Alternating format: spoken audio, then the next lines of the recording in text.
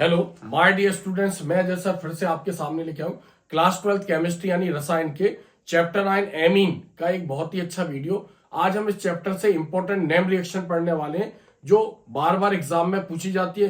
Previous year में भी name reaction इसी में से एग्जाम में आई है और 2025 का जो पेपर होगा उसमें भी इसी से एग्जाम में नेम रिएक्शन पूछी जाएंगी। ये वीडियो स्पेशल हिंदी मीडियम के बच्चों के लिए है और इंग्लिश मीडियम के बच्चों के लिए भी मैं कंटिन्यू वीडियो बनाता रहता हूं।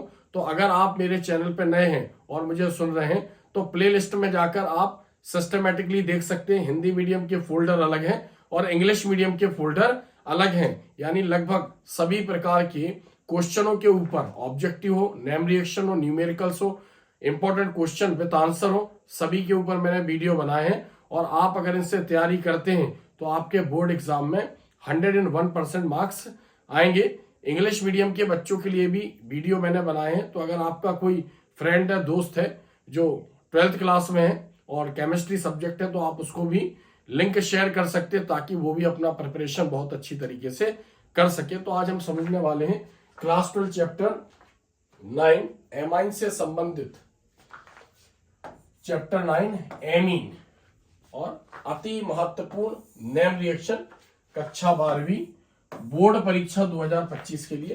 तो नेम रिएक्शन आज हम समझने वाले। मैं आपको फिर बता दूं, जो ऑर्गेनिक केमिस्ट्री होती है इससे 4-5 प्रकार के क्वेश्चन आते हैं। नेम रिएक्शन आती है नाम से, विशेष नाम होता है, किसी साइंटिस्ट के नाम पर वो रिएक्शन हो सकती है, इसलिए हम उसको नेम रिएक्शन कहते हैं। उसमें हमें थ्योरी लिखनी पड़ती है और एक उपयुक्त तो कोई अभिक्रिया हमें लिखनी पड़ती है, हम पढ़ेंगे तो बताएंगे भी। और दूसरे प्रकार के जो प्रश्न आते हैं, क्या होता है जब, ऐसा प्रश्न होगा और उसमें कुछ क्रियाएं दी होंगी, केवल हमें उसका संतुलित समीकरण लिखना है, 1 नंबर का आता है। नेम रिएक्शन 2 नंबर में आती है। और फिर तीसरे प्रकार का जो क्वेश्चन होता है, कैसे प्राप्त करेंगे। अभिकारक से उत्पाद दिया रहेगा, हमें यह बताना है कि अभिकारक की कौन से अभिकारक से क्रिया होगी कि वो उत्पाद बनेगा, उसको भी हमें संतुलित करना होता है। चौथे प्रकार का प्रश्न आजकल 2-3 सालों से IUPAC नाम एग्जाम में पूछने लगे हैं, जो पहले नहीं पूछते थे अभी पूछने लगे। और कोई रीजनिंग क्वेश्चन एग्जाम में दे दिया, जैसे सपोज करो कि मेथिल एमीन एथिल एमीन से कम क्षारीय है, इस टाइप के कोई लॉजिकल, या एल्कोहल के क्वथनांक एल्केन से अधिक होते हैं, इस टाइप के क्वेश्चन, रीजनिंग टाइप के क्वेश्चन एग्जाम में देते हैं। बहुत ही सिंपल पोर्शन है, 50% वेटेज है 12th क्लास में ऑर्गेनिक केमिस्ट्री का, कार्बनिक रसायन का, और 50% में भौतिक रसायन और अकार्बनिक रसायन सम्मिलित है। और बहुत सिंपल है, क्योंकि ऑर्गेनिक केमिस्ट्री बच्चों को टफ भी लगती है, उसका रीजन ये भी है कि इसमें कॉन्सेप्ट क्लियर नहीं होते। तो इसका मैं एक स्पेशल वीडियो भी बनाऊंगा ऑर्गेनिक केमिस्ट्री का, कि कैसे आप उसको सरल तरीके से याद कर सकते हैं। तो आज तो हम इससे रिलेटेड जो जो बेसिक आएगा, कॉन्सेप्ट आएगा, इसको हम समझेंगे, और बाकी जो स्पेशल वीडियो उसको मैं अलग से बनाऊंगा, लेकिन इसमें जो कॉन्सेप्ट लागू होंगे उसको हम यहाँ पर समझते जाएंगे। तो यहाँ पर हम देखते हैं, पहले हम इसको समझते हैं कि एमीन क्या है। एमीन क्या है? तो ऐसा कहा जाता है जो एमीन होते हैं ये अमोनिया के व्युत्पन्न होते हैं। अब चूंकि एमीन एक कार्बनिक यौगिक, और हमने पढ़ा है कार्बनिक यौगिक के 2 भाग होते हैं, एक भाग होता है मूलक और दूसरा भाग होता है क्रियात्मक समूह। मूलक किसी भी कार्बनिक यौगिक के भौतिक गुणों को दर्शाता है, यानी वो कार्बनिक यौगिक ठोस होगा, द्रव होगा या गैस होगा, ऐसा मूलक में उपस्थित कार्बन के आधार पर पता चलता है। क्रियात्मक समूह, कार्बनिक यौगिक में जो क्रियात्मक समूह वो ये बताता है कि वो यौगिक क्रिया करके बनाएगा क्या, ये क्रियात्मक समूह निर्धारित करता है। तो क्रियात्मक समूह ने 10th क्लास में भी पढ़े होंगे, 11th में भी पढ़े होंगे और 12th में भी कहीं ना कहीं, परिभाषा नहीं है लेकिन इनडायरेक्टली वो उससे अटैच है, ऑर्गेनिक केमिस्ट्री में उसका एक पार्ट है। तो जैसे हम एमीन की बात करते हैं तो सबसे पहले हम ये समझते हैं एमीन बने कैसे। तो हम जानते हैं अमोनिया का सूत्र होता है NH3। अमोनिया का सूत्र क्या होता है? NH3। अगर हम बात करें तो नाइट्रोजन से 3 हाइड्रोजन अटैच है। कितने हाइड्रोजन अटैच है? 3। तो यहाँ पर जो नाइट्रोजन का परमाणु क्रमांक होता है, नाइट्रोजन का एटॉमिक नंबर होता है 7, परमाणु क्रमांक 7 होता है, और इसकी पहली कक्षा में 2 इलेक्ट्रॉन और दूसरी कक्षा में 5 इलेक्ट्रॉन होते हैं। अगर हम इसका पूरा इलेक्ट्रॉनिक विन्यास देखें, नाइट्रोजन का अगर हम इलेक्ट्रॉनिक विन्यास देखें तो 1s2, 2s2 और 2p3। तो इसके p में 3 इलेक्ट्रॉन होते हैं। कितने इलेक्ट्रॉन होते हैं p में? 3, यानी ये इसकी आखिरी कक्षा है। अंतिम कक्षा के इलेक्ट्रॉन ही बंध बनाने में भाग लेते हैं, तो इसमें 5 इलेक्ट्रॉन है। तो अगर हम बात करें यहाँ पर, तो s में 1 इलेक्ट्रॉन का जोड़ा होता है, यानी ये 2s हो गया। इसकी बात कर रहे हैं, 1s तो बंध बनाने में भाग नहीं लेगा, आखिरी कक्षा उसकी 2s to 2p3 है। और जो p होता है, p ऑर्बिटल, p उपकोष होता है, इसमें 3 p ऑर्बिटल होते हैं, यानी इसको क्या बोलते हैं हम, 2px, 2py और ये कहलाएगा 2pz। ये पूरा किसको डिनोट कर रहा है, 2p को। तो इसमें एक इलेक्ट्रॉन है, यानी इसमें 3 इलेक्ट्रॉन की कमी है, टोटल 6 होने चाहिए। तो हम बात ये कर रहे हैं कि नाइट्रोजन के पास 5 इलेक्ट्रॉन है। तो एक तो ये इलेक्ट्रॉन का जोड़ा है जिसको हम एक साथ लिखते हैं, और बाकी इसमें 3 अनपेयर्ड इलेक्ट्रॉन है, अयुग्मित इलेक्ट्रॉन है। और हाइड्रोजन का परमाणु क्रमांक 1 होता है, इसके पास केवल 1 इलेक्ट्रॉन है, यानी हम इसका इलेक्ट्रॉनिक विन्यास अगर देखेंगे तो 1s1, यानी s में 1 इलेक्ट्रॉन है। और इसको स्थायित्व प्राप्त करने के लिए 1 और इलेक्ट्रॉन चाहिए। तो अगर नाइट्रोजन को अपना अष्टक पूरा करना है तो इससे 3 हाइड्रोजन अटैच होंगे। कितने H अटैच होंगे, 3 H अटैच होंगे। और नाइट्रोजन इन तीनों से 1-1 इलेक्ट्रॉन लेके अपना अष्टक पूरा कर लेगा, और हाइड्रोजन भी इसके साथ 1-1 इलेक्ट्रॉन की शेयरिंग कर लेगा, यानी सहसंयोजी बंध बना लेगा। तो हम इसकी संरचना देख सकते हैं कि नाइट्रोजन से 3 H सिंगल बॉन्ड द्वारा अटैच है, और नाइट्रोजन के पास अभी भी 1 इलेक्ट्रॉन का जोड़ा है जिसने बंध बनाने में भाग नहीं लिया। इसको हम बोलते हैं एकाकी इलेक्ट्रॉन युग्म, लोन पेयर ऑफ इलेक्ट्रॉन।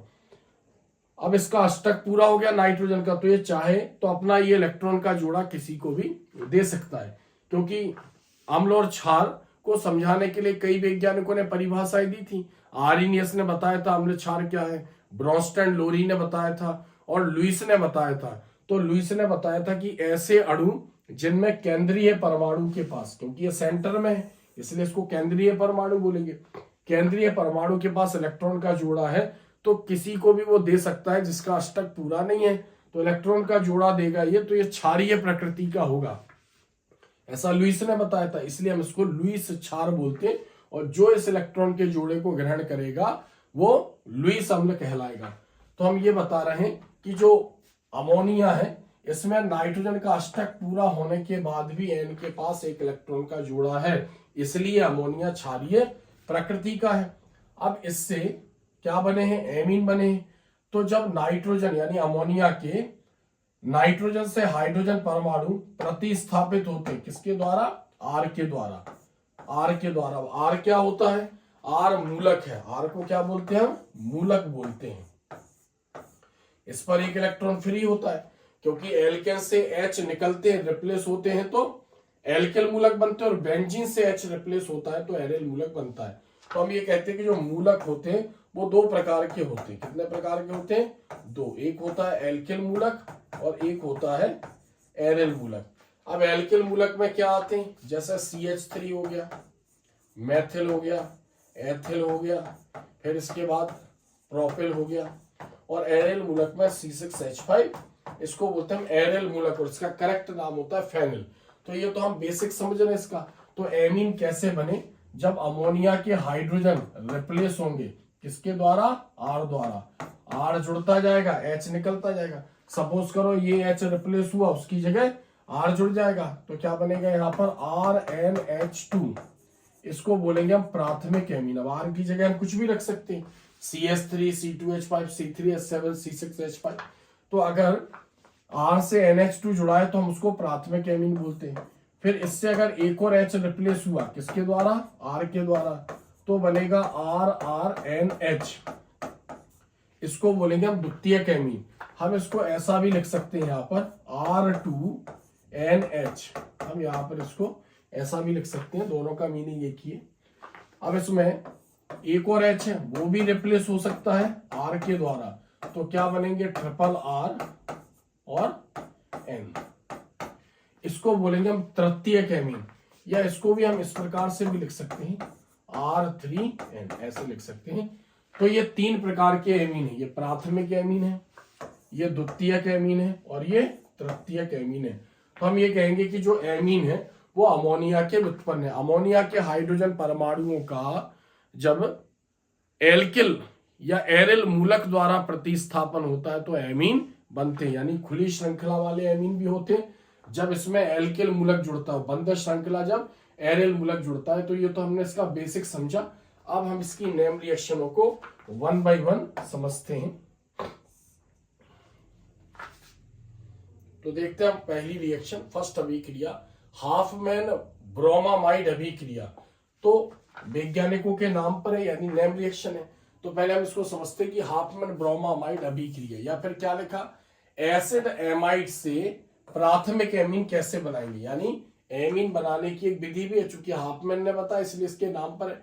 तो तीन प्रकार से इसमें बोल रहे पूछेंगे। एक तो ऐसे पूछेगा डायरेक्ट हाफमैन अभिक्रिया क्या है, तो जो थ्योरी लिखी है वो और एक सुटेबल रिएक्शन हम लिखेंगे।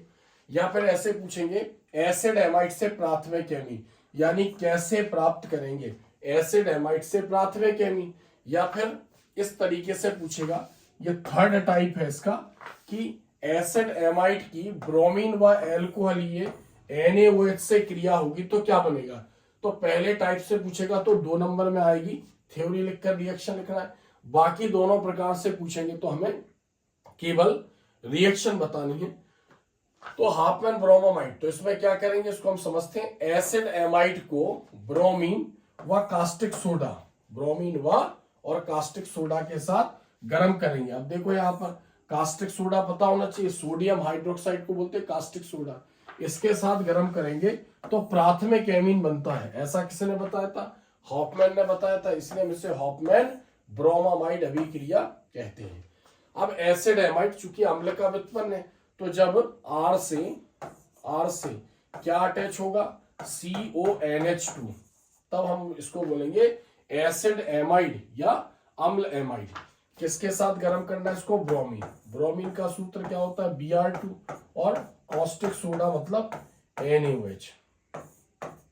इसके साथ गर्म करेंगे तो यहां से निकलेगा R और यहां से निकलेगा NH2, तो क्या बन जाएगा RNH2, प्राथमिक एमीन बन जाएगा। RNH2 मतलब प्राथमिक एमीन। और जो Br है वो सोडियम के साथ क्रिया करके क्या बना देगा, NaBr। और जो यहां पर बच रहा है CO, यानी ये और ये ऑक्सीजन, ये सोडियम के साथ क्रिया करके बना देगा Na2CO3 और H2O बाहर हो जाएगा यहाँ पर। तो अब यहाँ पर क्रिया को बैलेंस करना है, तो यहाँ पर 3 सोडियम दिख रहे हैं। तो क्रिया को बैलेंस करने के लिए यहाँ पर सबसे पहले Br कितने हैं, 2 हैं। तो हम क्या करेंगे, यहाँ एक ही Br है, इसके आगे 2 लगा देंगे। तो जैसे 2 लगाएंगे तो सोडियम 4 हो गए, 2 यहाँ पर हो गए, 2 यहाँ पर हो गए, तो इसके आगे हम 4 लगा देंगे। अब पूरी रिएक्शन चेक करने के लिए हम हाइड्रोजन को चेक कर लेते हैं। तो 2 हाइड्रोजन यहाँ पर हो गए, इसके आगे 4 लगा हुआ है, यानी 4 हाइड्रोजन हो गए, 4 और 2 6, यहाँ काउंट कर लेते हैं। 2H और यहाँ पर 2 है, इसके आगे हम 2 लगा देंगे, यानी 6 हाइड्रोजन हो गया, रिएक्शन बैलेंस हो गई। तो ये तो स्केलेटन इक्वेशन है, ढांचा समीकरण। तो अगर नेम रिएक्शन आती है और हम इसको लिखते तो बहुत सारे टीचर नंबर नहीं देते। तो हमें क्या करना है, R की जगह यहाँ पर कुछ लिखकर सिंगल, या तो इसके साथ कोई यहाँ पर मूलक रख देंगे, तो इसके साथ मूलक वाली रिएक्शन बतानी, नहीं तो इसको छोड़कर डायरेक्ट हम मूलक वाली रिएक्शन बताएंगे। तो R की जगह हमने यहाँ पर क्या ले लिया, CH3CONH2, ये ले सकते हैं, इसका नाम होता है एसीटामाइड। या फिर हम R की जगह C2H5CONH2 ये ले सकते हैं, इसको बोलते हैं प्रोपियोनामाइड। या फिर R की जगह ये खुली श्रृंखला वाले हैं, या फिर R की जगह हम C6H5 भी ले सकते हैं, C6H5CONH2, इसको बोलते हैं बेंजामाइड। तो R चेंज किया है हमने यहाँ पर, बाकी जितने भी कंटेंट हैं ये सब यही रहेंगे, यानी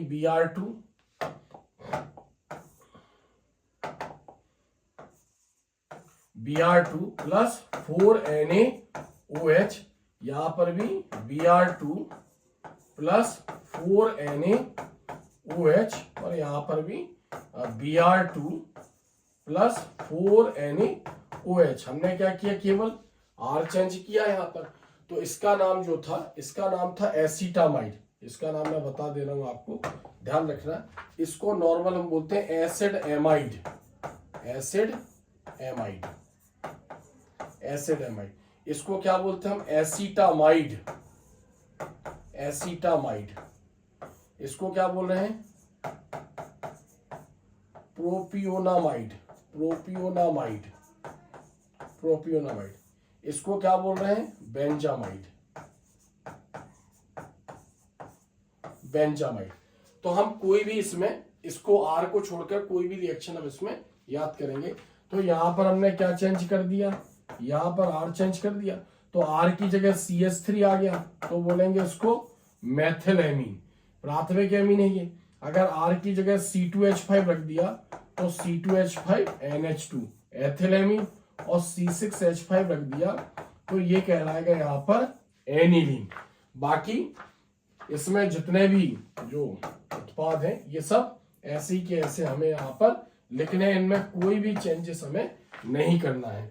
तो ये 4 प्रकार से, चूंकि ये MCQ में भी पूछी जाती है, चारों प्रकारों में कोई भी प्रकार इसका एक शब्द में दे देंगे, बोलेंगे कि अभिक्रिया का नाम बताओ। तो आप ध्यान रखना, यानी जब एसिड यानी एमाइड हो, यानी CONH2 अटैच हो, Br2 और NaOH हो, किसी रिएक्शन में दिख जाए तो वो हाफमैन ब्रोमामाइड अभिक्रिया है।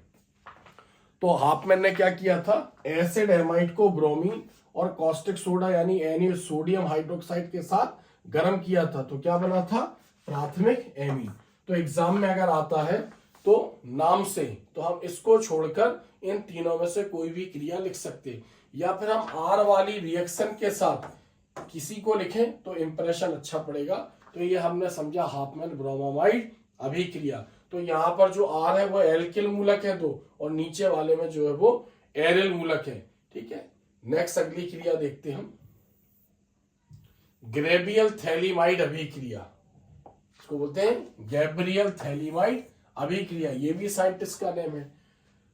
तो इससे भी एमीन बना था। तो थैलीमाइड की एल को लिए क्यूएच के साथ क्रिया कराते हैं, यानी थैलीमाइड की क्रिया सबसे पहले किससे करवाएंगे? एल को लिए क्यूएच के साथ, तो क्या बनेगा? पोटेशियम थैलीमाइड बनेगा। जैसे एल्किल हैलाइड, एल्किल हैलाइड मतलब RX के साथ गर्म करेंगे तो एन एल्किल थैलीमाइड बनता है, जिसका अम्लीय जल अपघटन करवाएंगे, यानी उसका क्या करवाएंगे हम? अम्लीय जल अपघटन करवाएंगे, तो प्राथमिक एमीन बन जाएगा। चूंकि हम पढ़ रहे हैं यहाँ पर एमीन के बारे में, तो कुछ नेम रिएक्शनों में एमीन बनेगा, जैसे पहले हमने पढ़ा हाफमैन ब्रोमामाइड, और कुछ में एमीन अभिकारक के रूप में यूज होगा। इसे गैब्रियल थैलीमाइड अभिक्रिया कहते हैं। मैं आपको फिर बता दूं, बच्चे बोलते हैं नेम रिएक्शन बहुत टफ होती है, याद नहीं होती है, तो मैं आपको फिर बता रहा हूं, जब आप नेम रिएक्शन को याद कर रहे होते हैं तो सबसे पहले आप ये मेमोराइज किया करो, उसका स्मरण किया करो, वो कौन से चैप्टर से, हेलो एल्केन और हेलो एरीन से, या फिर एल्डिहाइड कीटोन कार्बोक्सिलिक अम्ल से, या फिर एमीन से। अब आपने पकड़ लिया कि वो एमीन से है, तो आपको समझ में आ जाएगा कि उस नेम रिएक्शन में या तो एमीन बनेगा उत्पाद के रूप में, या एमीन अभिकारक के रूप में यूज होगा। अब सपोज करो हाफमैन ब्रोमामाइड रिएक्शन हमारे दिमाग में आ गई कि ये एमीन चैप्टर से, और हमें ये समझ में आ गया कि इसमें एमीन बनता है, तो फिर आपको ज्यादा दिक्कत नहीं होती है। फिर आपको समझ में आ गया, मतलब आप उसके बहुत क्लोज पहुंच गए उस नेम रिएक्शन के, कि हाँ ये श्योर है कि एमीन वाले चैप्टर से। अब आपको ये दिमाग लड़ाना है कि एमीन बनेगा या एमीन अभिकारक के रूप में या क्रिया करेगा। फिर थोड़ा सा अभिकारकों की प्रैक्टिस करने पर रिएक्शन हमें याद हो जाती है। तो गैब्रियल थैलीमाइड ने एमीन बनाया था, प्राथमिक एमीन। तो पहले हम समझते हैं कि थैलीमाइड क्या है, क्योंकि थैलीमाइड को एल्कोहल या क्यूएच के साथ गर्म करना है। तो जब बेंजीन रिंग से यहां पर कार्बन से ऑक्सीजन जुड़ा हो डबल बॉन्ड द्वारा, तो डबल बॉन्ड द्वारा मतलब हम ऐसा भी लिख सकते हैं, या फिर डायरेक्ट हम इसको ऐसा लिख दें, दोनों का मीनिंग एक ही है। तो CONH, यानी क्या लिखेंगे हम? बेंजी से क्या अटैच है? CO और NH, इसको बोलते हैं हम थैलीमाइड। इसका नाम क्या होगा? Phthalimide, phthalimide.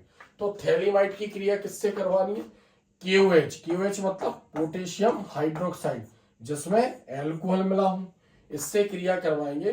तो यहां से क्या निकल जाएगा? इसमें यहां से H और यहां से OH बाहर हो जाएगा, यानी यहां से H रिलीज होगा और यहां से OH बाहर हो जाएगा, यानी H2O बाहर निकल जाएगा। तो यहीं लिख देते हैं माइनस में।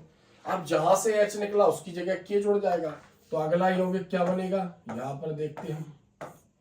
यानी अब थैलीमाइड से क्या जुड़ गया, क्योंकि मैंने आपको बताया कार्बन से डायरेक्ट ऑक्सीजन जोड़ सकते हैं, तो यहाँ पर जो N है उससे डायरेक्ट यहाँ पर अटैच हो गया K।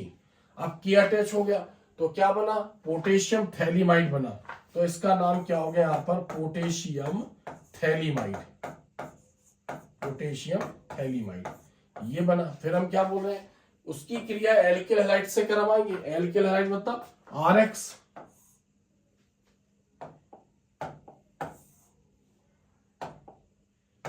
अब यहां पर इसकी क्रिया हम एल्किल हैलाइड, एल्किल हैलाइड मतलब RX से करवाएंगे, RX एल्किल हैलाइड। अब यहां से निकलेगा K और यहां से निकल जाएगा X, तो क्या लिखेंगे यहां पर माइनस KX, पोटेशियम हैलाइड निकल गया, और K की जगह यहां पर क्या अटैच हो जाएगा, R अटैच हो जाएगा। तो जो अगला यौगिक बनेगा इसको हम देखते हैं, इसमें कोई चेंजेस नहीं हुआ, यानी CO है वो शुरू से ही ऐसे अटैच होता आ रहा है। यहां पर N की जगह क्या अटैच हो गया, R। अब N से क्या अटैच हो गया, N से अटैच हो गया यहां पर R, N से R अटैच हो गया, तो इसका नाम क्या पड़ा, N एल्किल। क्या लिखेंगे हम, N एल्किल, N एल्किल, और बाकी वो थैलीमाइड है तो N alkyl phthalimide, N alkyl phthalimide. अब क्या करवाएंगे, इसका अम्लीय जल अपघटन करवाएंगे, यानी जल से क्रिया होगी। तो अब इधर ध्यान दो, यहां से निकलेगा R, यहां से N और यहां से H निकल जाएगा, यानी RNH2 क्या बन जाएगा, RNH2। और इसको हम क्या बोल रहे हैं, इसको बोल रहे हैं प्राथमिक एमीन। RNH2 को क्या बोल रहे हैं, प्राथमिक एमीन। अब इससे निकल गया तो CO, यानी यहां पर कार्बन का इलेक्ट्रॉन फ्री हो गया, यानी CO दो बचे और उससे एक एक इलेक्ट्रॉन फ्री है। तो आगे जो यौगिक बनेगा उसको हम देखते हैं, थोड़ा सा इसको कंजस्टेड करके लिखना पड़ेगा। तो यहां पर ये इतना बचा CO और उसका इलेक्ट्रॉन फ्री बचा, तो यहां पर R, यहां पर हम जल के 2 अणु लेंगे, कितने अणु लेंगे, जल के 2 अणु, तो यहां से R, यहां से N और यहां से H निकलेंगे 2, यानी RNH2, और दोनों में क्या बच गया, दोनों में OH बच गया, और डायरेक्ट OH यहां पर अटैच हो जाएगा इससे। तो ये जो बनेगा इसको बोलेंगे हम सैलिसिलिक अम्ल। इसको क्या बोलते हैं हम, सैलिसिलिक, इसको थैलिक अम्ल बोलेंगे, सॉरी, इसका नाम क्या हो जाएगा यहाँ पर थैलिक अम्ल, ये बन जाएगा। इसमें कहीं पर कुछ क्रियाओं में NaOH का भी यूज करते हैं, यानी अम्लीय जल अपघटन के साथ NaOH भी यूज करते हैं, तो यहां पर फिर सोडियम थैलेट बनता है। क्या बनेगा, सोडियम थैलेट, यानी COO Na दोनों से अटैच हो जाता है, तो हम डायरेक्ट भी यहाँ पर ये थैलिक अम्ल बन जाएगा और यहाँ पर सोडियम थैलेट बनेगा। तो ये है यहाँ पर गैब्रियल थैलीमाइड अभिक्रिया। तो एग्जाम में अगर पूछते हैं तो ऐसा कहा जाता है नेम रिएक्शनों में सबसे टफ नेम रिएक्शन है, बहुत सिंपल तरीके से हमने लिखी। एक बार हम फिर से समझते हैं इसको, थैलीमाइड को KOH के साथ गर्म करेंगे तो क्या बनेगा, पोटेशियम थैलीमाइड। कैसे बनेगा, H2O निकल जाएगा, K अटैच हो जाएगा। पोटेशियम थैलीमाइड को एल्किल हैलाइड के साथ गर्म करेंगे, KX बाहर हो जाएगा, यानी K और X, और उससे R जुड़ जाएगा, N एल्किल थैलीमाइड। फिर इसका जल अपघटन करवाएंगे तो प्राथमिक एमीन बनेगा। यानी चूंकि ये MCQ में भी पूछी गई है, नेम रिएक्शन तो ठीक है, नेम रिएक्शन में बहुत ही कम, मतलब एग्जाम में ये पूछी गई है, बहुत ही कम बार आई है एग्जाम में, लेकिन ये ऑब्जेक्टिव में बहुत ज्यादा पूछी गई है। एक तरफ लिख देंगे सही जोड़ी बनाइए में गैब्रियल थैलीमाइड अभिक्रिया, और दूसरी तरफ लिख देंगे प्राथमिक एमीन, तो हमें उससे मैच करवाना है। या फिर ऑब्जेक्टिव में जैसे वन वर्ड में पूछ लेंगे कि गैब्रियल थैलीमाइड में बनने वाला मुख्य उत्पाद क्या है, तो मुख्य उत्पाद जो है इसका प्राथमिक एमीन है, ऐसे आपको इसमें ध्यान रखना है। नेक्स्ट क्रिया समझते हैं, हाफमैन विधि या हाफमैन अभिक्रिया भी बोलते हैं। ध्यान रखना, वो हाफमैन ब्रोमामाइड थी, ये हाफमैन विधि है, इसमें भी एमीन बनता है। तो एक प्रकार से ये ऐसे पूछेंगे एग्जाम में कि हाफमैन विधि क्या है, तो नेम रिएक्शन है, थ्योरी लिख के रिएक्शन लिखना है। या पूछेंगे एल्किल हैलाइड का अमोनोलिसिस, अमोनोलिसिस मतलब अमोनिया से क्रिया करवाई जाती है, तो अमोनिया के लिए वर्ड यूज करते हैं अमोनोलिसिस। जैसे मान लो जल से क्रिया करवाते तो हाइड्रोलिसिस, नाइट्रिक अम्ल से क्रिया करवाते तो नाइट्रीकरण, हाइड्रोजन से क्रिया करवाते तो हाइड्रोजनीकरण, सल्फ्यूरिक अम्ल से क्रिया करवाते तो सल्फोनीकरण, उसी प्रकार अमोनिया से क्रिया करवाते तो इसको बोलते हैं हम अमोनोलिसिस। तो एल्किल हैलाइड की क्रिया अमोनिया से करवाई जाएगी तो प्राथमिक एमीन बनेगा, एमीनों के मिश्रण बनते हैं, ऐसा हाफमैन ने बताया था, इसलिए इसको हाफमैन विधि बोलते हैं। तो इसको समझते हैं, एल्किल हैलाइड की अधिक मात्रा को एल्कोहल या अमोनिया, जब अमोनिया में एल्कोहल मिला हो उसके साथ गर्म करेंगे तो क्या लिख रहे हैं, विभिन्न विभिन्न एमीनों के मिश्रण प्राप्त होते हैं, इसे हॉफमैन विधि कहते हैं, ऐसा हॉफमैन ने बताया था। तो हमें क्या करना है, यहां पर अगर हम बेसिक इसका स्ट्रक्चर देखें तो आर एक्स एल्किल हैलाइड को किससे क्रिया करवानी है, एल्किल हैलाइड की अमोनिया से, तो क्या बनेंगे, विभिन्न एमीनों के मिश्रण बनेंगे। विभिन्न एमीनों जैसे मान लो RNH2 प्राथमिक एमीन बनेगा, और डबल RNH यानी N2NH द्वितीयक एमीन बनेगा, और ट्रिपल RNH तृतीयक एमीन बनेगा। तो ऐसे एमीनों के मिश्रण प्राप्त होंगे। अब चूंकि नेम रिएक्शन अगर नाम से एग्जाम में पूछते हैं तो फिर हमें आर की जगह कुछ ना कुछ यहाँ पर रखना पड़ेगा। तो यहाँ पर हमने आर की जगह ले लिया C2H5 और एक्स की जगह यहाँ पर हमने ले लिया मान लो Br, ठीक है, Br C2H5 Br या C2H5I ले लिया यहाँ पर हमने, ठीक है। एथिल ब्रोमाइड, आर क्या है यहाँ पर, आर जो है एल्किल मूलक है, और एक्स की जगह हमने यहाँ पर आई रख दिया, एथिल आयोडाइड। अमोनिया से क्रिया करवाएंगे, अमोनिया को हम ऐसा भी लिख सकते हैं HNH2, ये भी लिख सकते हैं हम यहाँ पर। तो इससे क्रिया करवाएंगे तो यहां से निकलेगा HI बाहर हो जाएगा और क्या बन जाएगा C2H5NH2, C2H5NH2 यानी RNH2 बन गया। ये क्या बन गया यहाँ पर, प्राइमरी एमीन यानी प्राथमिक एमीन। अब हम इसको यहीं से देखते हैं, आगे भी कंटिन्यू कर सकते हैं, लेकिन यहां से हम इसको दोबारा लिखेंगे। C2H5NH2 को हम ऐसा भी लिख सकते हैं C2H5NHH, ठीक है। यानी जो उत्पाद बनेगा उसकी कुछ मात्रा फिर यहाँ पर एल्किल हैलाइड यानी एथिल आयोडाइड से क्रिया करेगी, क्योंकि हमारा एल्किल हैलाइड यहाँ पर एथिल आयोडाइड है। तो एथिल आयोडाइड को यहाँ पर हम पलट के लिख देंगे IC2H5, यानी बना हुआ उत्पाद की कुछ मात्रा फिर यहाँ पर अभिकारक से क्रिया करेगी। तो फिर यहां से निकल जाएगा HI, क्या निकल जाएगा यहां से HI, क्या बना C2H5NH और H निकला तो नाइट्रोजन का एक इलेक्ट्रॉन फ्री हो गया, उससे डायरेक्ट C2H5 अटैच हो जाएगा, यानी C2H5 और NH ये बना, यानी डाई एथिल एमीन द्वितीयक एमीन बना। अब जो डाई एथिल एमीन है उसकी कुछ मात्रा, यानी हम इसको ऐसा भी लिख सकते हैं C2H5 होल ट्वाइस NH, इसकी कुछ मात्रा फिर क्रिया करेगी यहाँ पर अभिकारक यानी एथिल आयोडाइड से। तो क्या निकलेगा यहाँ से, फिर यहाँ से HI ये बाहर हो जाएगा, हाइड्रोजन आयोडाइड बाहर हो जाएगा, और नाइट्रोजन का इलेक्ट्रॉन फ्री हुआ तो इससे C2H5 अटैच हो जाएगा। तो क्या बनेगा यहाँ पर C2H5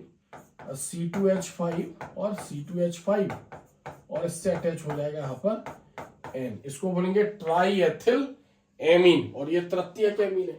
अब जो ट्राई एथिल एमीन बना इसको हम ऐसा भी लिख सकते हैं C2H5 होल थ्राइस और N, C2H5 whole thrice N, और किससे क्रिया करेगा ये एथिल आयोडाइड से C2H5I, इससे क्रिया करेगा तो यहाँ पर चतुर्थक एमीन बनेगा। चतुर्थक मतलब C2H5 होल 4, कितने हो गए ये 4 हो गए, यहां पर N और बाहर क्या हो जाएगा इसमें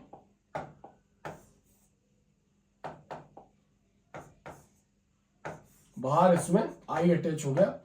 तो चूंकि हेलोजन है इसलिए इलेक्ट्रॉन लेगा और इसके ऊपर आ जाएगा यहाँ पर पॉजिटिव चार्ज, तो एक चतुर्थक एमीन बनेगा जिसको बोलेंगे टेट्रा इथाइल, और इसको बोलेंगे यहाँ पर ammonium iodide, tetra ethyl ammonium iodide. तो ये एमिनो का मिश्रण प्राप्त होगा, ऐसा हॉफमैन ने बताया था, इसलिए इसको हॉफमैन विधि या हॉफमैन अभिक्रिया कहते हैं। तो एक बार एल्किल हैलाइड को एल्कोहल या अमोनिया के साथ मिला दिया, एल्किल हैलाइड की अधिक मात्रा लेते हैं, तो फिर 4 प्रकार के एमीन बनेंगे, प्राथमिक एमीन बनेंगे, उसकी कुछ मात्रा एथिल आयोडाइड यानी एल्किल आयोडाइड से, एल्किल हैलाइड से क्रिया करेगी तो द्वितीयक एमीन, द्वितीयक एमीन की फिर कुछ मात्रा एल्किल हैलाइड से क्रिया करेगी तो तृतीयक एमीन, और तृतीयक एमीन में से कुछ मात्रा फिर एल्किल हैलाइड से क्रिया करेगी तो चतुर्थक एमीन बनेंगे। तो हमने यहाँ पर R की जगह लिया C2H5 और X की जगह लिया I एथिल आयोडाइड और अमोनिया से क्रिया करवाई, तो ये 3 प्रकार के तो एमीन हमने यहाँ पर लिखे। चौथे प्रकार का एमीन ये बनेगा, और एग्जाम में ये 2 बार ये क्रिया पूछी गई है, और 3 नंबर में भी पूछी गई है और 2 नंबर में भी पूछी गई है, तो ध्यान रखना। तो हमने 3 क्रियाएं पढ़ी हैं। पहली जो हमने क्रिया पढ़ी है वो पढ़ी हमने हॉफमैन ब्रोमामाइड अभिक्रिया, दूसरी गैब्रियल थैलीवाइड अभिक्रिया, और जो तीसरी है ये हॉफमैन विधि। नेक्स्ट देखेंगे 4th नंबर की रिएक्शन श्मिट अभिक्रिया। श्मिट अभिक्रिया, श्मिट एक वैज्ञानिक का नाम है। अब ये एमीन के रासायनिक गुण वाली क्रिया है, तो मैं आपको क्या बता रहा हूं, आपको ऐसे ही याद करना, जब क्रिया कोई नेम रिएक्शन पढ़ रहे होगे तो आप देख लेना उसमें उत्पाद क्या बन रहा है और अभिकारक क्या क्रिया कर रहा है, ऐसे वो आपको याद होगी चैप्टर के अकॉर्डिंग। जैसे हम एमीन पढ़ रहे हैं तो एमीन उत्पाद है, तो समझ में आ जाएगा कि हाँ यार ये नेम रिएक्शन एमीन से है और इसमें एमीन बनता है। या फिर अगर अभिकारक के रूप में यूज हो रहा है तो याद आ जाएगा कि हाँ ये इस चैप्टर से, और इसमें ये अभिकारक यानी जो क्रिया है जिस चैप्टर से, वो पदार्थ उसमें अभिकारक के रूप में यूज हो रहा है, ऐसे आपको इसमें याद करना है। तो श्मिट अभिक्रिया एग्जाम में ऐसे भी पूछते हैं। फिर ऐसे पूछते हैं कार्बोक्सिलिक अम्ल से प्राथमिक एमीन कैसे प्राप्त करेंगे, मतलब कार्बोक्सिलिक अम्ल अभिकारक हो गया, प्राथमिक एमीन उत्पाद हो गया, कैसे प्राप्त करेंगे, यानी संतुलित समीकरण बताना है, केवल 1 नंबर में पूछेंगे। या फिर इस प्रकार से पूछेंगे कि कार्बोक्सिलिक अम्ल की सांद्र H2SO4 की उपस्थिति में हाइड्राजोइक अम्ल, अब हाइड्राजोइक अम्ल का जो फॉर्मूला होता है वो होता है N3H। कभी कभार बच्चे कंफ्यूज हो जाते हैं, इसको अमोनिया समझने लगते हैं, तो अमोनिया का फॉर्मूला होता है NH3, तो अमोनिया के फॉर्मूले से ही आप इसको याद कर लेना कि अमोनिया में NH3, तो ध्यान रखना कि उल्टा हो जाएगा हाइड्राजोइक, मतलब H जो 3 है उसको N के पास ले आना, यानी N3H, तो हाइड्राजोइक अम्ल से क्रिया। ऐसे पूछेंगे समीकरण लिखो, अब नाम से आती है तो थ्योरी लिखनी है, तो थ्योरी क्या है, कार्बोक्सिलिक अम्ल को हाइड्राजोइक अम्ल के साथ सांद्र H2SO4 की उपस्थिति में गर्म करते हैं तो प्राथमिक एमीन बनता है। क्या बनेगा, प्राथमिक एमीन बनता है। तो अब आपको श्मिट में क्या ध्यान रखना है कि श्मिट में क्या बना, प्राथमिक एमीन बनता है, तो आपको ध्यान में आ जाएगा कि श्मिट अभिक्रिया एमीन चैप्टर से संबंधित है और इसमें प्राथमिक एमीन बनता है, तो फिर कहीं ना कहीं अभिकारकों की प्रैक्टिस करते हैं तो वो हमें याद हो जाते हैं।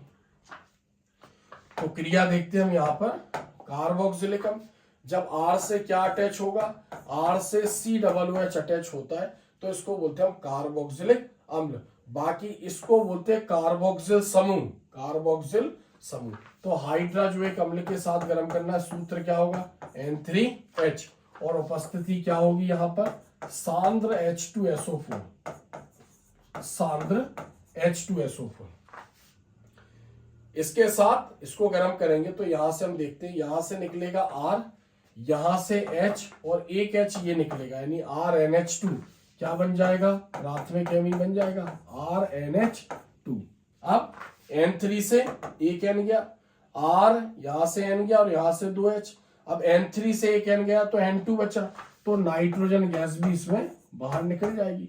फिर जो COO है इसने क्रिया में भाग नहीं लिया, तो क्या बन जाएगा यहाँ पर CO2। ये ढांचा समीकरण है, एग्जाम में ऐसे भी पूछ लेते हैं और पूछते हैं क्रिया का नाम बताओ, तो ध्यान रखना श्मिट अभिक्रिया। तो अगर नाम से आती है तो ये रिएक्शन वैलिड नहीं है, आपको R की जगह कुछ ना कुछ यहाँ पर बताना पड़ेगा।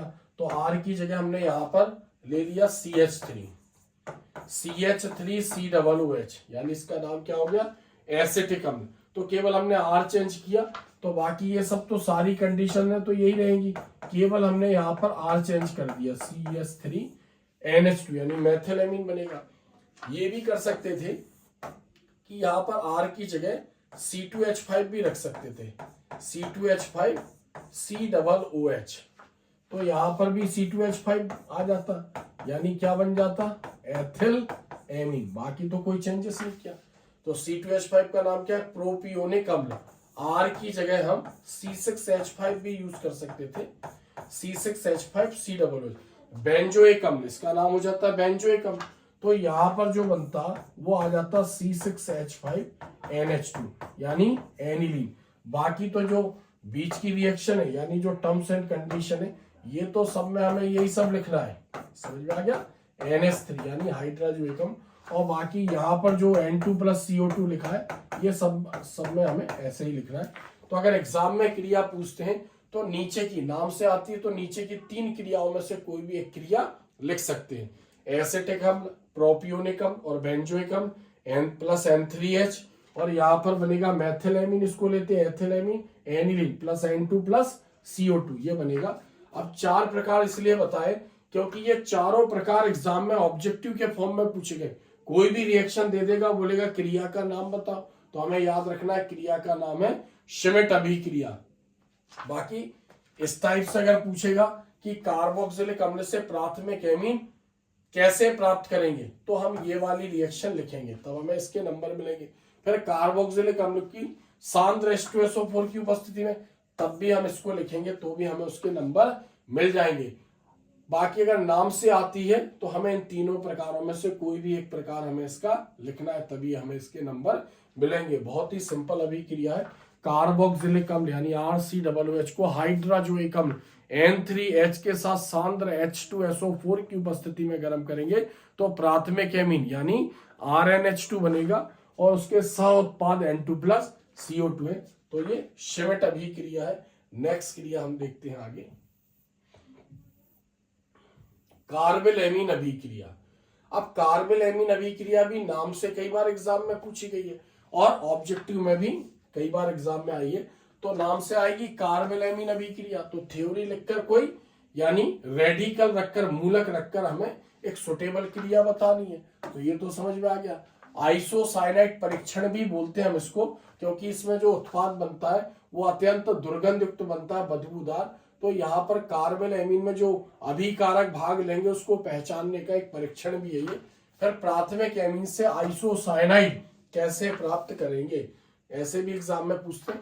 अब देखते हैं अगर नाम से पूछी गई तो कैसे लिखेंगे। तो कार्बिल एमीन अभिक्रिया में प्राथमिक एमीन मतलब RNH2, प्राथमिक एमीन मतलब RNH2।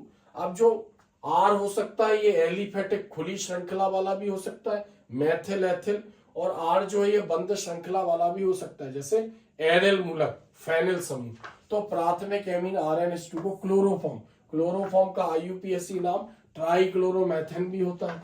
एल्कोहलिक कॉस्टिक पोटास का फॉर्मूला होता है KOH, इसको पोटेशियम हाइड्रोक्साइड भी बोलते हैं। और जब इसमें एल्कोहल मिला हो, तीनों को गर्म करेंगे, प्राथमिक एमीन, क्लोरोफॉर्म और कॉस्टिक पोटास, तो क्या बोल रहे हैं, अत्यंत दुर्गंध युक्त पदार्थ, अत्यंत दुर्गंध युक्त होता बदबूदार पदार्थ आइसोसाइनाइड बनेगा। अब आइसोसाइनाइड किसको बोलते हैं, किसी कार्बनिक यौगिक में जब NC अटैच होता है तो इसको बोलते हैं हम आइसोसाइनाइड।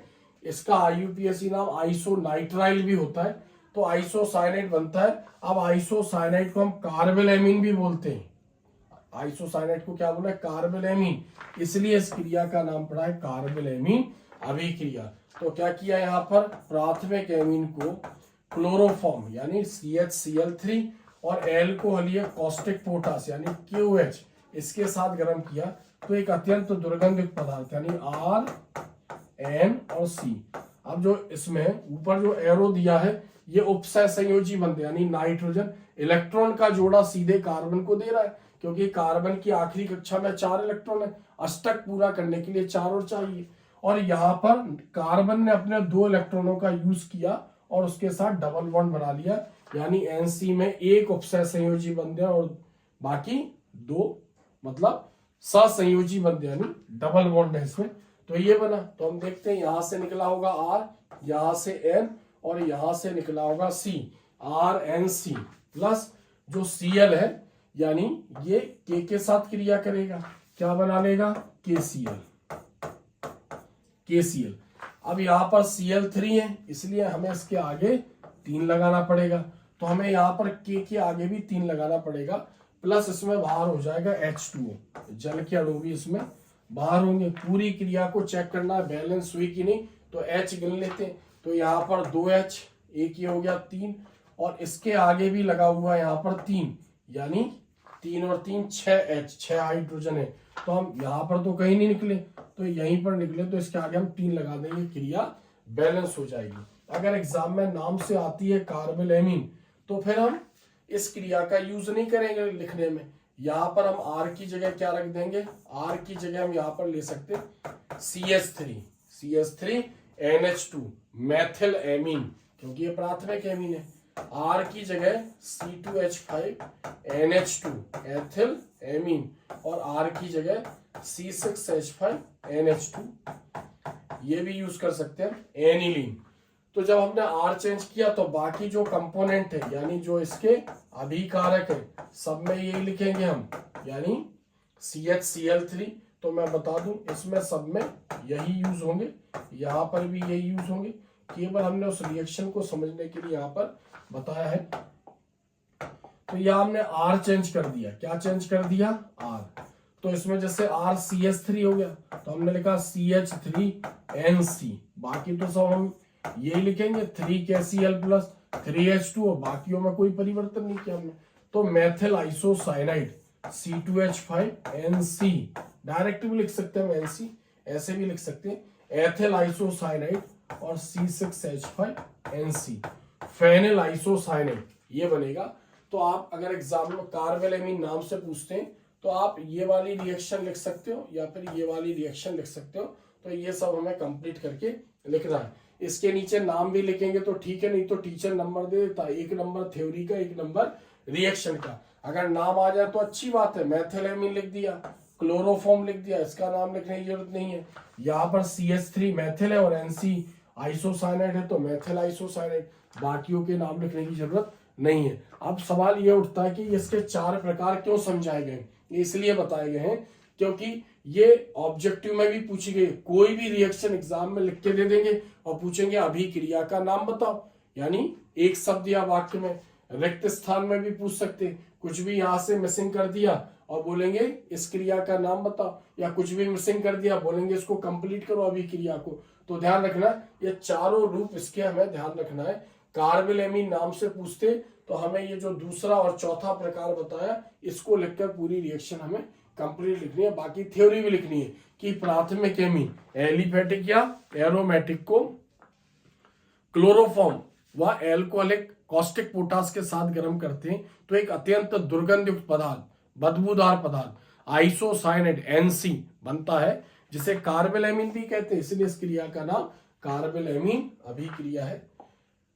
नेक्स्ट अगली रिएक्शन देखते हैं, मस्टर्ड ऑयल अभिक्रिया। मस्टर्ड ऑयल अभिक्रिया। अब मस्टर्ड मतलब होता है सरसों, मस्टर्ड मतलब सरसों, और ऑयल मतलब तेल, यानी इस अभिक्रिया में जो उत्पाद बनेगा उसमें सरसों के तेल के समान गंध आती है, सरसों के तेल के समान गंध आती है। जैसे हमने पढ़ा था हेलो एल्केन में CHI3, इसको हम आयोडोफॉर्म बोलते हैं क्योंकि इसमें आयोडेक्स होता है, उसके समान गंध होती है। उसी प्रकार इसमें जो उत्पाद बनेगा उसमें सरसों के तेल के समान गंध होती है, इसलिए हम इसको बोलते हैं यहाँ पर मस्टर्ड ऑयल अभिक्रिया। तो क्रिया हम देखते हैं ये एग्जाम में और कैसे पूछ सकते हैं। ये ऐसे भी आ सकती, नीचे हमने लिखा रखा प्राथमिक एमीन से एल्किल आइसोथायोसाइनेट और प्राथमिक एमीन की कार्बन डाइसल्फाइड और मर्क्यूरिक क्लोराइड के साथ क्रिया, यानी एग्जाम में ऐसे भी पूछ सकते। तो मस्टर्ड ऑयल अभिक्रिया ये नाम से भी बहुत कम एग्जाम में पूछी गई है, लेकिन ऑब्जेक्टिव में ज्यादा पूछी गई है। ऐसे पूछेंगे मस्टर्ड ऑयल अभिक्रिया में बनने वाला मुख्य उत्पाद बताइए, तो क्या बनेगा, एल्किल आइसोथायोसाइनेट, ये, या फिर ये मैच द कॉलम सही जोड़े में पूछी गई है। एक तरफ लिख देंगे मस्टर्ड ऑयल अभिक्रिया और एक तरफ लिख देंगे उसका, यानी एल्किल आइसोथायोसाइनेट, या उसका फॉर्मूला लिख देंगे RNCS, तो हमें उससे मैच करवाना है। और नाम से पूछते हैं तो फिर हमें ये थ्योरी लिखनी है। तो क्या बोल रहे हैं, प्राथमिक एमीन की मर्क्यूरिक क्लोराइड की उपस्थिति में कार्बन डाई सल्फाइड से क्रिया कराते हैं तो एल्किल यानी आर आइसोथायोसाइनेट NCS बनता है, जिसमें सरसों के तेल के समान गंध होती है, इसलिए इसे मस्टर्ड ऑयल अभिक्रिया कहते हैं। अगर एग्जाम में आएगा तो ये थ्योरी लिखनी है और हमें उसकी रिएक्शन लिखनी है यहाँ पर। तो अब यहाँ पर देखते हैं प्राथमिक एमीन मतलब RNH2, ये प्राथमिक एमीन हो गया। किससे क्रिया करवानी है? Carbon disulphide. अब कार्बन डाइसल्फाइड का फॉर्मूला क्या होता है? जब कार्बन से सल्फर जुड़ा हो, यानी दो सल्फर जुड़े हो। तो अगर हम इसका स्ट्रक्चर देखें तो यहाँ पर सल्फर डबल बॉन्ड द्वारा कार्बन से, और ये जुड़ा होता है डबल बॉन्ड द्वारा CH2 कार्बन डाइसल्फाइड। तो इससे क्रिया होती है सबसे पहले जब इन तीनों को आपस में मिलाते हैं मर्क्यूरी क्लोराइड को, तो यहाँ से एक इसमें डबल बॉन्ड में एक सिग्मा एक पाई बॉन्ड, तो एक जो बॉन्ड है वो ब्रेक हो जाएगा। तो यहाँ पर हम इसको देखते हैं, जो डाइसल्फाइड है वो ऐसा हो जाएगा इस टाइप से, और यहाँ सल्फर का इलेक्ट्रॉन फ्री हो जाएगा। अब यहाँ पर R से NH2 अटैच है, यानी N से 2H अटैच है, तो एक H निकलकर यहाँ पर अटैच हो जाएगा इससे, और H निकलेगा तो N का इलेक्ट्रॉन फ्री हो जाएगा, तो यहाँ पर बनेगा NRH, ये बन जाएगा, एक मीडिएटर कंपाउंड बनेगा। फिर अगली स्टेप में जो मर्क्यूरी क्लोराइड होगा HgCl2, यानी मरकरी की वैलेंसी जब 2 होती है तो हम उसको बोलते हैं मर्क्यूरिक, और जब Hg की वैलेंसी 1 होती है तो हम उसको बोलते हैं मर्क्यूरस।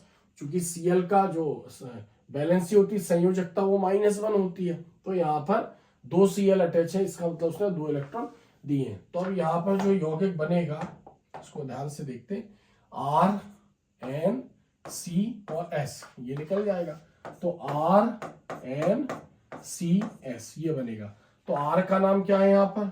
R जो है, R का नाम है यहाँ पर एल्किल, R मतलब एल्किल, और N जो है वहां पर आइसो, और जो S है उसका नाम है थायो, और जो C है उसका नाम है साइनेट। तो ध्यान रखना, R मतलब एल्किल, N मतलब आइसो, S मतलब थायो और C मतलब साइनेट।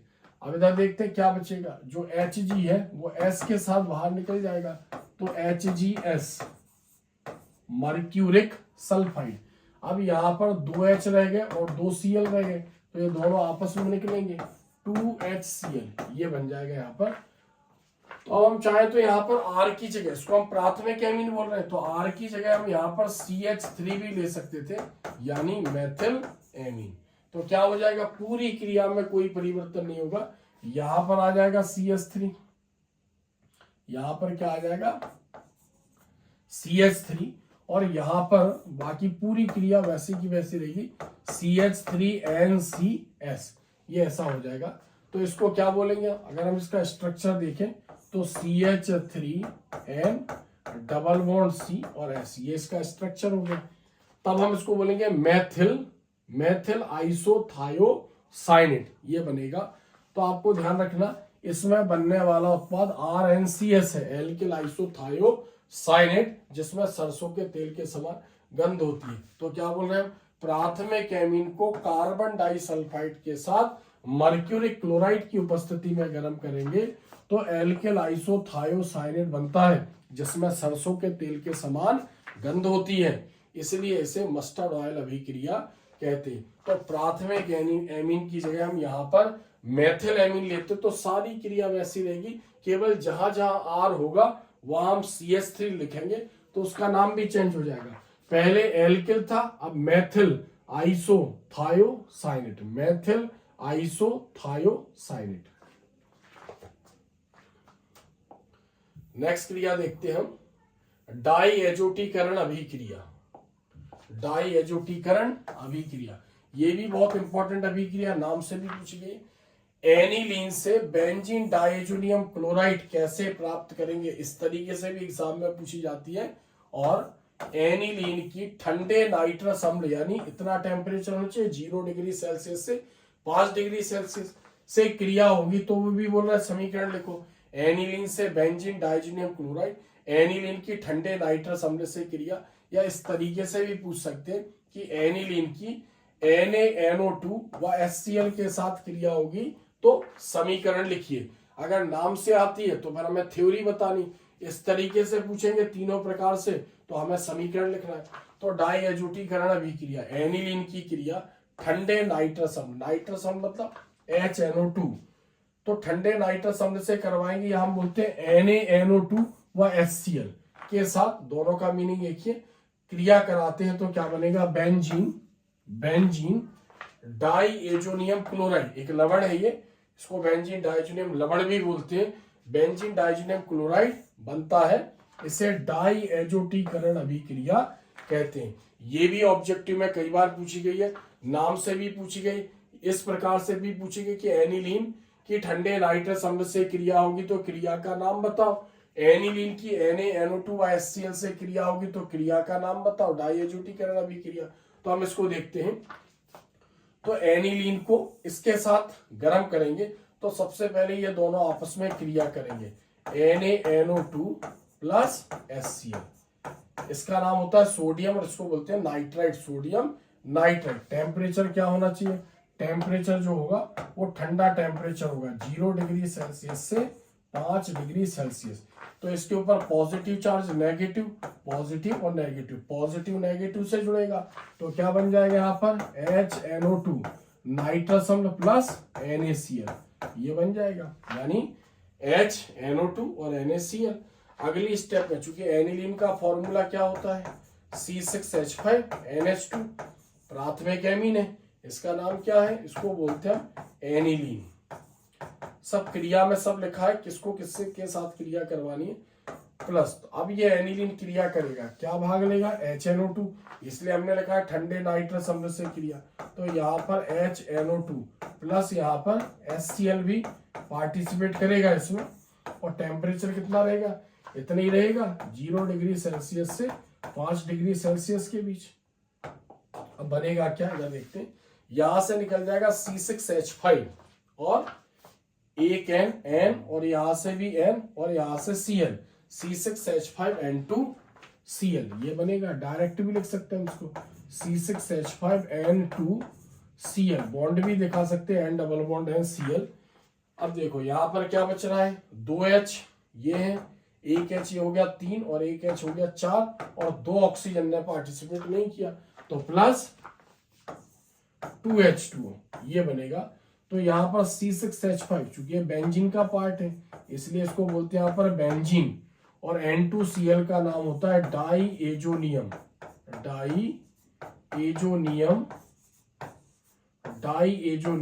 Chloride, benzene diazonium chloride. तो ये क्रिया अगर एग्जाम में पूछते हैं डाई एजोटीकरण अभिक्रिया क्या है, तो ये थ्योरी लिखकर ये दोनों रिएक्शन हमें लिखना है। एक बार और बता दूं, ये दोनों क्रियाएं एग्जाम में पूछी गई हैं ऑब्जेक्टिव में, 1 वर्ड में, और पूछते हैं क्रिया का नाम बताओ, तो डाई एजोटीकरण अभिक्रिया।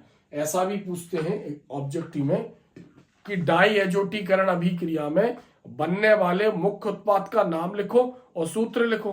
तो मुख्य उत्पाद क्या है इसमें, मुख्य उत्पाद C6H5N2Cl और उसका नाम क्या है, बेंजीन डाइजोनियम क्लोराइड, और ये एक लवण है। तो ध्यान रखना, बहुत इंपॉर्टेंट क्रिया, कितने तरीके से एग्जाम में पूछी गई है, ये सारे टाइप आपको इसके माइंड में रखने हैं और एग्जाम तक इसको आपको याद रखना है।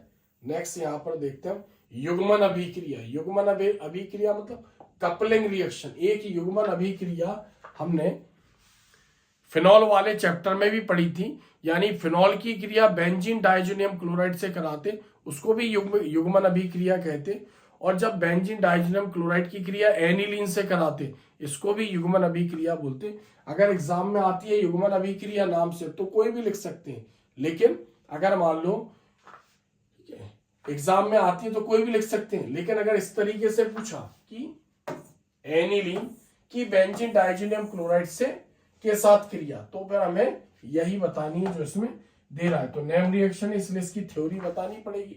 तो बेंजीन डाइजोनियम क्लोराइड की क्रिया एनिलीन के साथ कराते हैं तो क्या बनेगा, पैरा एमिनो एजोबेंजीन बनता है, जो एक पीले रंग का रंजक है। और जब फिनॉल में जो युग्मन अभिक्रिया थी उसमें ऑरेंज कलर का रंजक बनता है, यानी सिंदूरी रंग का रंजक मतलब डाई, कलर करने वाले पदार्थ। इसे युग्मन अभिक्रिया कहते हैं। तो एनिलीन की क्रिया किससे करवानी है? बेंजीन डाइज़ोनियम क्लोराइड से। तो पहले हम यहाँ पर बेंजीन डाइज़ोनियम क्लोराइड का फॉर्मूला लिखते हैं, यानी बेंजीन से क्या अटैच होगा? बेंजीन से अटैच होगा डाइएजोनियम क्लोराइड। ये फॉर्मूला होता है C6H5N2Cl। पूरा फॉर्मूला क्या है? C6H5N2Cl और नाम बेंजीन डाइज़ोनियम क्लोराइड। एनिलीन, एनिलीन का सूत्र क्या होता है? जब बेंजीन रिंग से NH2 अटैच होगा तो हम इसको बोलेंगे पैरा पोजीशन पे एनिलीन, और इसका फॉर्मूला क्या होगा? C6H5NH2। तो इससे क्रिया करेगा तो हर कोने पर इस कार्बन को छोड़ दिया जाए, बाकी सारे कार्बन पर H अटैच है, तो इस H को हमने बाहर निकाल दिया। तो यहाँ पर जो उत्पाद बनेगा, तो पहले तो यहाँ से HCl बाहर निकल जाएगा, यानी HCl बाहर हो जाएगा।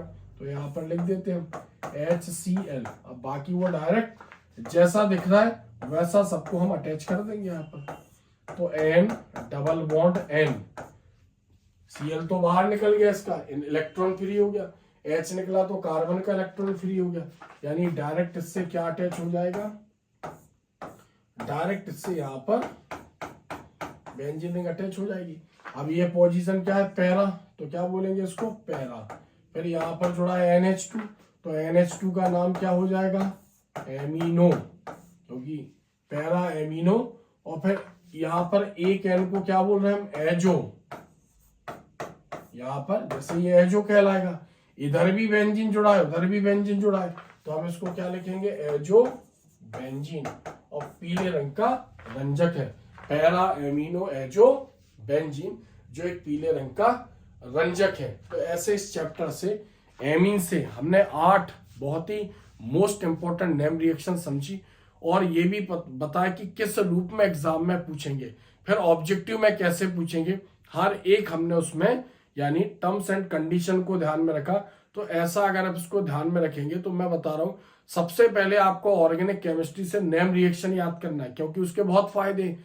एक तो दूसरे रूप में भी आ रही है वो एग्जाम में, क्या होता है जब, कैसे प्राप्त करेंगे, फिर उन पर बेस्ड बहुत सारे एमसीक्यू भी होते हैं, तो ये भी आपको समझ में आ जाएगा। यानी ऑर्गेनिक केमिस्ट्री से नेम रिएक्शन पढ़ते तो लगभग आपकी ऑर्गेनिक केमिस्ट्री काफी कंप्लीट हो जाती है और आपके नंबर बहुत अच्छे आते हैं। तो इसके पहले हेलो एल्केन हेलो एरीन में नेम रिएक्शन थी, फिर एल्डिहाइड कीटोन कार्बोक्सिलिक अम्ल में नेम रिएक्शन है, और इन दोनों के वीडियो मैंने बनाए। आज हमने एमीन के बारे में पढ़ा है। तो हिंदी मीडियम का जो प्लेलिस्ट है वो अलग है मेरे चैनल में, और इंग्लिश मीडियम की प्लेलिस्ट अलग है। इसलिए जो हिंदी में लिखा हो तो इसका मतलब उसमें हिंदी मीडियम की वीडियो मिलेंगे, अगर उसमें इंग्लिश में लिखा है प्लेलिस्ट में, इसका मतलब उसमें इंग्लिश मीडियम के वीडियो मिलेंगे। अगर उसका मान लो वीडियो पर जो फ्रंट पेज लगा है थंबनेल, उस पर हिंदी मीडियम में लिखा है, इसका मतलब उसमें हिंदी मीडियम के कंटेंट है। अगर उसमें इंग्लिश मीडियम में लिखा है इंग्लिश में, इसका मतलब वो इंग्लिश मीडियम के कंटेंट है। मैं इसलिए बता रहा हूँ, बहुत सारे बच्चे हम मेरे चैनल को फॉलो कर रहे हैं, देख भी रहे हैं, कमेंट्स भी करते हैं, तो उनके समय की बर्बादी ना हो। डायरेक्ट हिंदी में लिखा है तो हिंदी वाला उसके अंदर एंटर होगा, इंग्लिश में लिखा है तो इंग्लिश मीडियम वाला उसके अंदर एंटर होगा। हमारे पास समय बहुत कम है और ज्यादा से ज्यादा हमें मेहनत करनी है। 5 सब्जेक्ट है, एडिशनल लेते हैं तो 6 भी हो रहे हैं किसी बच्चे के सब्जेक्ट, तो एक एक सेकंड का हमें यूज करना है। मेरे चैनल को लगातार फॉलो करते रहें। अगर आप एमपी बोर्ड के स्टूडेंट्स हैं और मेरे चैनल से, मेरे कंटेंट से अगर आप तैयारी करते हैं तो और पढ़ने में अच्छे हैं तो आपके बहुत अच्छे मार्क्स आएंगे। मीडियम है अगर आप पढ़ने में तो और भी अच्छे मार्क्स आएंगे, और अगर आपके फेल होने के चांसेस लगता है तो मेरे चैनल में या जो मैं बोलता हूँ उसको आप कवर करो। और बहुत ही अच्छे मोटिवेशनल वीडियो भी मैंने डाले, अगर समय मिलता है तो उसको देखो, क्योंकि बहुत सारा याद करने से लिमिटेड अगर गाइडलाइंस मिलती है उसको फॉलो अप करके पढ़ते तो बहुत ही अच्छे नंबर आते। मैं आपके साथ तब तक जुड़ा हूं जब तक आपके एग्जाम नहीं हो जाते हैं, और लगातार आपके लिए कुछ ना कुछ अच्छे कंटेंट में लाता रहूंगा। आज के लिए इतना ही है, फिर नेक्स्ट वीडियो में अच्छे वीडियो के साथ मिलेंगे। धन्यवाद।